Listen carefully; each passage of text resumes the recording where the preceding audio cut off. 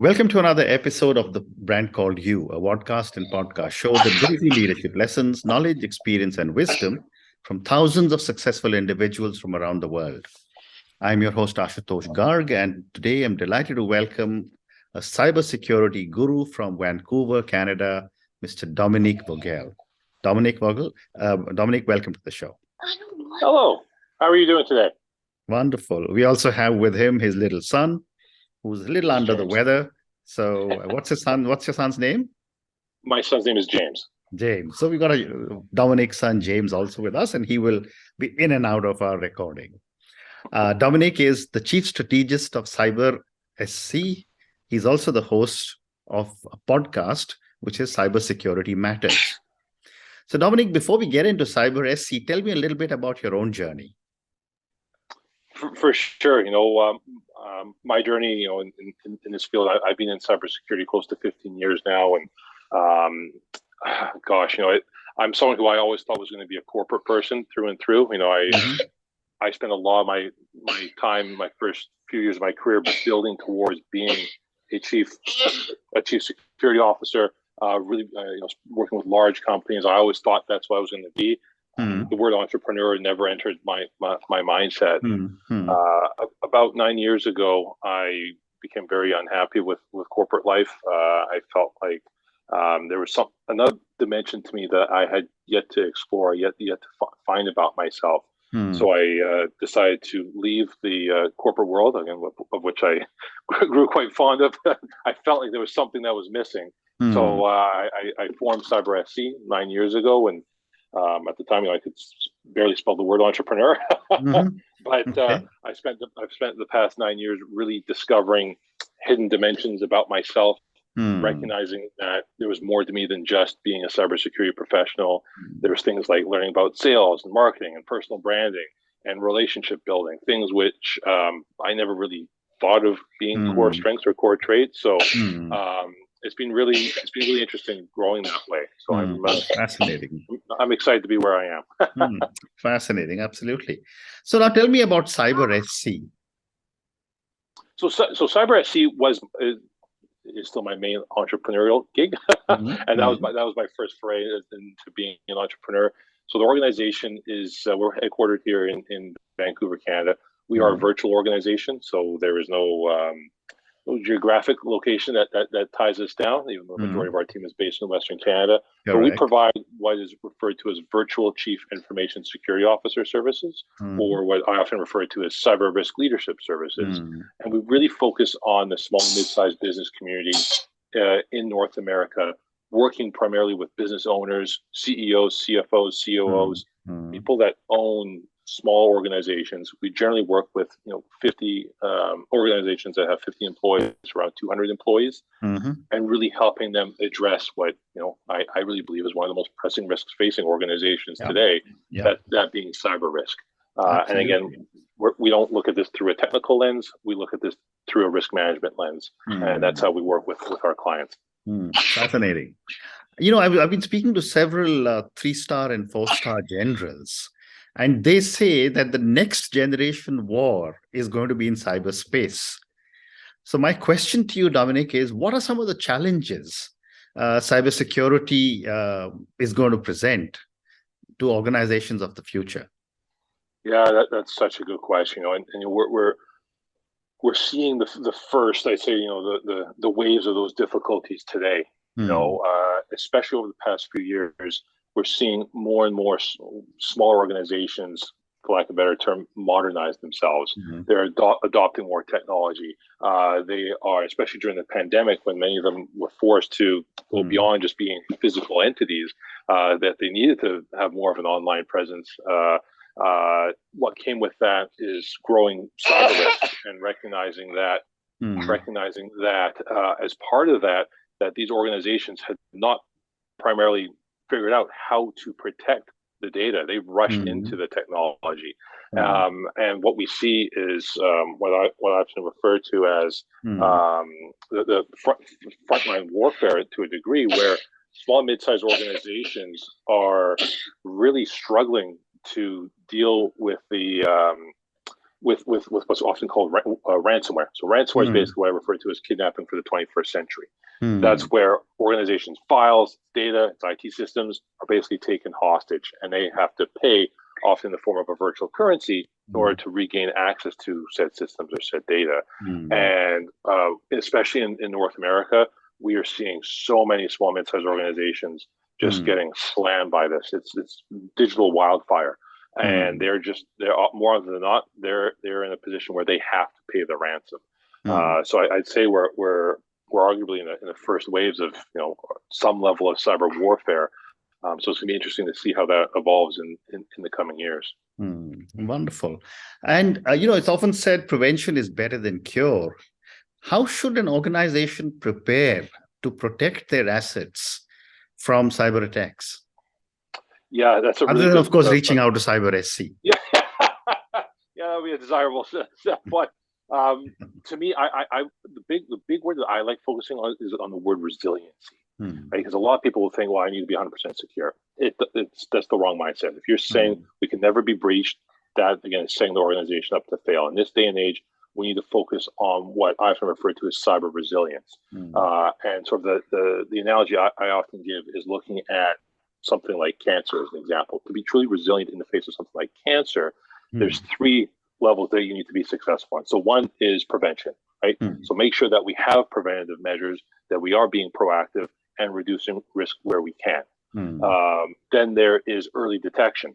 Just like with cancer, same thing with cyber risk. The earlier you can detect if something is happening, the greater likelihood that you're giving yourself for survival and for making sure you get through the other end. And the third leg to that is rapid response. So if you've detected, so in the case of cancer, when you've detected it, you need to be able to move quickly. Same thing with a cyber attack, right? You need to be able to move quickly and be positioned to move quickly. So organizations, big and small, need to focus on those 3 areas. You can't just focus on prevention. And that's a gap that we see today in the marketplace. A lot of companies just spend all their security money on prevention. But prevention doesn't always work. So if you haven't spent on the detection and response, you aren't truly developing a resilient organization. So that's the big thing that I tell to a lot of our prospects and clients. Don't focus just on prevention or just blocking all security attacks. It's got to be around resilience, right? So when you do get hit by a cyber attack, it's not what I refer to as a sinkhole. It's just a minor little speed bump. Well said. Well said.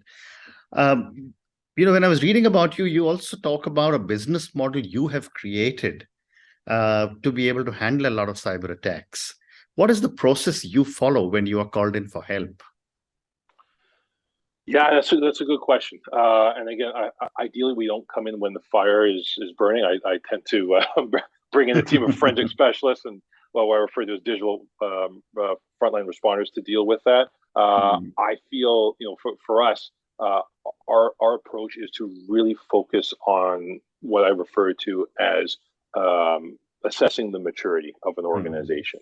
And we'd rather do it early and then be able to lay out how can we improve. And the thing that I always tell our clients is that security is very different than technology projects. It's not, let's upgrade to the latest version of Windows, or now we're going to make sure we're going to roll out to Salesforce, an example. There isn't a finite end.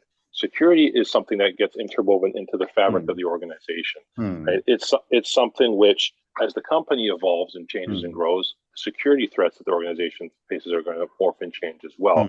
So it needs to be something which is what I know a lot of people will refer to as incremental growth. And to me, the goal for any security program should be: are we more secure? Are we more secure this year than we were last year, right? And building off that year over year. So not necessarily a unique framework per se, but to me, it's about the mindset and preparing executives and owners for that type of mindset. And how expensive is it, Dominic, to be able to build in a strong security cover? It's honestly less expensive than what a lot of companies pay for coffee machines and things.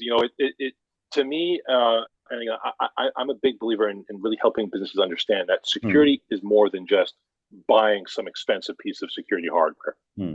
Sure, that's all fun and good, but the technology, there's a lot of whether it be free or open source tools or low cost tools. You don't need to have the latest and greatest technology. A lot of people equate cybersecurity with technology. Cybersecurity is not a technology issue. Cybersecurity and cyber risk is a business issue, right? So we need to treat it as a business risk. And as such, with any risk, it's not the technology that's going to save it. Really, it comes down to, is there the right governance? Are there the right policies, processes? Are the right people and risk management framework in place to be able to address this risk? And then once we identify that, okay, maybe there are some tools that we need to invest in. But like I said, to me, it's not about having to spend millions of dollars. To me, I'd rather focus on taking what you have from your existing technology stack, making it more secure, making it more efficient from a security perspective, and getting the most out of your approach to risk management. Again, it's hard to put a dollar amount on it, but to me, I always focus on what does the organization have to lose, right? Well, so if they're sitting on data assets that, if they get into the wrong hands, could cost them $10 million. Well, we go just some basic cost risk analysis there. It's like, well, if we invest maybe $500,000 to protect a $10 million asset, maybe that's a good investment, right? So we try to really again focus around the data assets.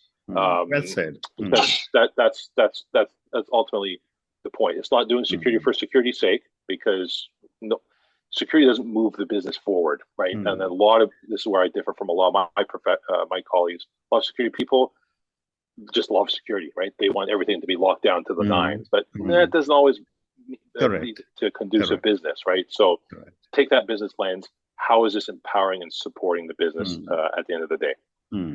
There are two aspects, and I don't know anything about cybersecurity, but there are two different aspects that I have seen.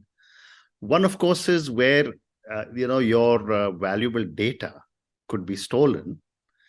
But the other is, and I have seen this myself, someone just sends you a message saying, pay me $5,000, otherwise I will do this to your website.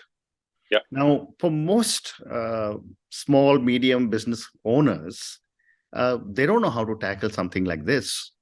Of course, there are cybercrime cells in most countries. I know in India, we've got a fairly aggressive cybercrime cell, and you can go and complain to them.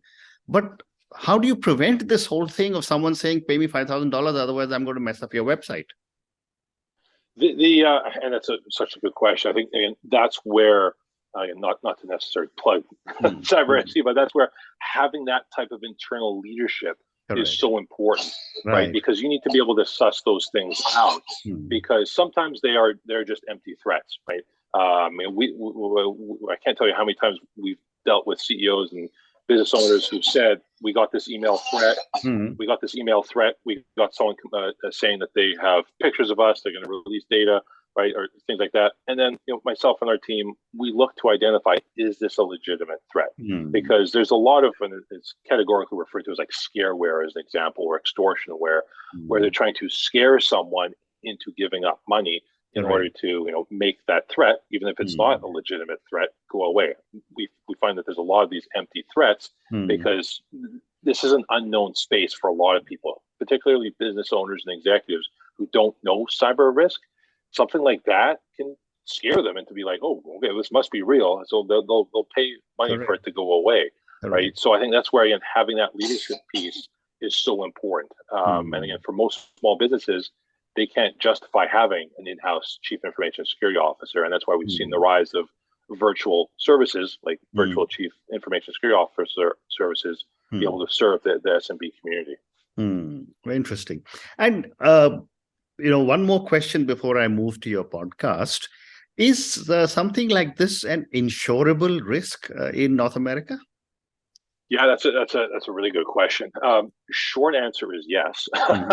Okay. So cyber risk insurance has been one of the hardest things to hit the insurance industry in years, probably 100 years. But it's being used incorrectly, and we're sort of seeing this evolution. A few years ago, when cyber risk insurance became really popular, the insurance providers were giving it out like candy, right? They were like, okay, who wants cyber insurance? They're just giving it out to everyone. But as what they saw was that there was a lot of claims coming in. They were paying out more than they were making, and as you know, insurance does serve somewhat of a noble cause, but at the end of the day, they are a for-profit industry as well, right? So what I really preach is recognizing that cyber insurance is not a get out of jail card. It's not like Monopoly where like, oh, here's a card. I got hit by a data breach. I'm just going to play this get out of jail card. It doesn't work that way. Insurance is meant to really focus on addressing the residual risk, right? So it's a lot of organizations, unfortunately, that we see, they'll just buy cyber risk insurance, but they won't do anything else when it comes to cyber risk management. That's the wrong way of doing it, because what we've seen is claims get denied because they think they're covered, but then the risk insurance companies will come in and say, oh, well, you guys don't have any cybersecurity controls in place. This insurance is null and void. I can't tell you how many times we've dealt with panicking organizations that have called us who thought they had cyber insurance, but it turns out they didn't because they weren't investing in cybersecurity. So to me, like I said, it's about making sure as an organization, yes, it's a risk management tool, but address the inherent risks. Invest in preventative, detective, and responsive controls. Then whatever you can't deal with or reduce that risk, that residual risk, that's where cyber insurance can play a very key tool there from a risk management perspective. Very interesting. Let me now move to Dominic, your podcast, Cybersecurity Matters. Tell me a little bit about this podcast and what are the kind of topics you cover? I appreciate that question. The podcast is really geared towards humanizing cybersecurity, right? One of the things which I've identified in myself during my entrepreneurial journey is that I really wanted to humanize this field. Cybersecurity and IT professionals as a whole, there's a perception and stereotype, for the most part it is true, that we're very robotic, we're not very friendly people, we can be very tech-centric. The whole goal of our podcast was to try and make a podcast which would compel business owners, executives in the SMB space to want to learn more about cybersecurity. This isn't a podcast designed for geeks. It's not a podcast designed for security professionals. It's really about, like I said, getting to the core of why cybersecurity matters, but doing so in a lighthearted fashion, doing so in an engaging fashion, and at times entertaining fashion as well, and really allowing people to understand what this means to their organization, but through the collection of I'm almost finished, buddy. Through amazingly colorful guests, right? So it's a podcast which we're really happy to have done. We're 150 plus episodes into our journey. Our podcast comes out every Wednesday. So if people do want to subscribe to it, they can just look up Cybersecurity Matters, or if they can connect with me on LinkedIn, I post the video version of the podcast every Thursday. And we've attracted so many different security organizations to the podcast. So for any of your viewers and listeners who want to check it out, please. All my viewers and listeners, go and check out the Cybersecurity Matters podcast. I'm sure there's a lot of things you can learn, like I'm learned today in the conversation so far. Dominic, I have time for two more questions. My next question is that you say that you are a self-professed positive troll and believe in the awesome power of uplifting others. Please explain and give me an example. Sure, absolutely. I'd say that this has been part of my entrepreneurial journey as well. And I think of platforms like LinkedIn, where earlier on in my my entrepreneurial journey, I used it purely as a sales tool. I just kept reaching out to people and saying, "Hey, this is what we do. Have you ever thought about your cybersecurity issues at your company?" That got me nowhere. It honestly got me nowhere. And I thought, there's got to be a better way. And so I started just engaging on people's posts, just trying to be what I describe as being a positive troll, leaving lighthearted messages, right? Leaving uplifting messages, just connecting with people that way. I'm not trying to sell, right? Just trying to be a genuine friend. And over the course of much of that time happened during the pandemic, and it allowed my business and it allowed my podcast to flourish, because by just focusing on giving, and being a friend, being a supporter, and like I said, there's a lot of negative energy on platforms, social media platforms, even on business platforms like LinkedIn, a lot of negative energy. So I thought, you know what, let me be that positive energy.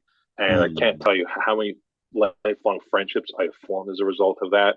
I was connected through you, through a friend that I just started supporting her LinkedIn content, right? So she became a friend, and that's allowed me to connect now with you. And that to me shows the power of kindness, the power of leading and selling through friendship. That to me is something, like I said, has been extremely powerful and very, very empowering.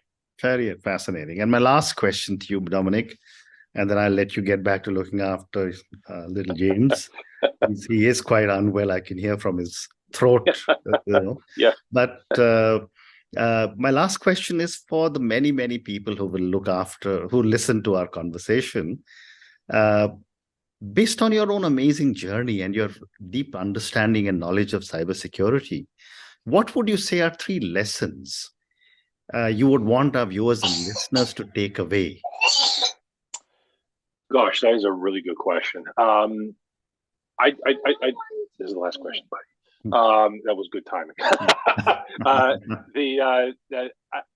summarize it this way. So the first thing is mindset. Right? Recognizing that whether you're just an individual or that you're part of an organization, having the mindset that seeing cybersecurity is not something that the IT guys deal with. Right? This is a risk that we as individuals, we as collective organizations need to treat as a risk, not as an IT issue. So the mindset, I think, is number one. Number 2 is doing the basics and doing them well. Right? In this day and age, with your social media accounts, with your bank accounts, with your email accounts, you should be leveraging what's called 2FA or multi-factor authentication. We can't just rely on usernames and passwords anymore. That was a paradigm that came up in the 50s when computers were the size of houses. It still shocked me that in this day and age, there's so many services that still just rely on that same type of security technology. Correct. Even though the computers now can fit in our pockets, the passwords haven't evolved. So where you can, make use of multi-factor authentication, like I said, especially for your personal accounts, Instagram, any of the social media accounts, they're getting taken over day after day. I can't tell you how many accounts that we hear from being compromised. So from an individual perspective, please do make sure that you do that. And I'd say the third thing, which I'll circle back to, is education or awareness. Right? Cyber threats are evolving day after day after day. Like it's not something. It's not like what I jokingly refer to. It's not like organic chemistry. Organic chemistry has remained unchanged for 200 years. Right? If you learned it 50 years ago, it's pretty much the same today. For me, and for people recognizing that, we used to educate people to say, hey, look out for emails that had bad grammar, spelling mistakes, that type of thing. Those were the email threats that we needed to worry about 15 years ago, right? Those aren't the threats today, right? Like you're saying, there's stuff like scareware, things that look legitimate. We need to make sure that as people, we stay informed on current scareware threats. What are the current phishing trends, right? How are the bad guys, the bad criminals trying to take advantage of us in the online realm? What are the scams on social media? What are the scams that we're seeing in email? Take the time to educate yourself on that. That would be my third piece there. Fantastic. And on that note, Dominic, and I know that you've been very patiently handling your little son while talking to me. Thank you for all the wonderful lessons, which is the mindset. The whole organization needs to be involved. This is a problem not just of the IT head or the cybersecurity head. Second was protect your passwords and your identity very carefully. Which means don't make a password like 1, 2, 3, 4, 5, 6, 7, 8. or password 1, 2, 3. Or password 1, 2, 3. Absolutely. And the third one is, educate yourself, your organization, and be aware. On that note, again, thank you so much for speaking to me. I know you've had your own challenge sitting with a little son who is sounding unwell, and please go and look after him.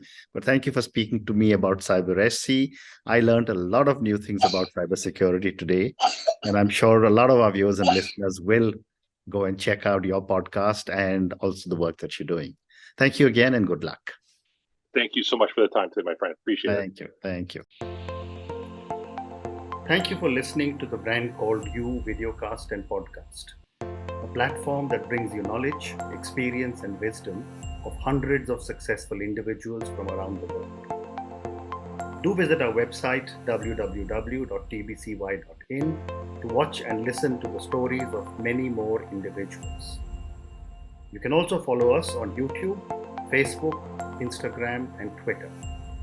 Just search for the brand called You.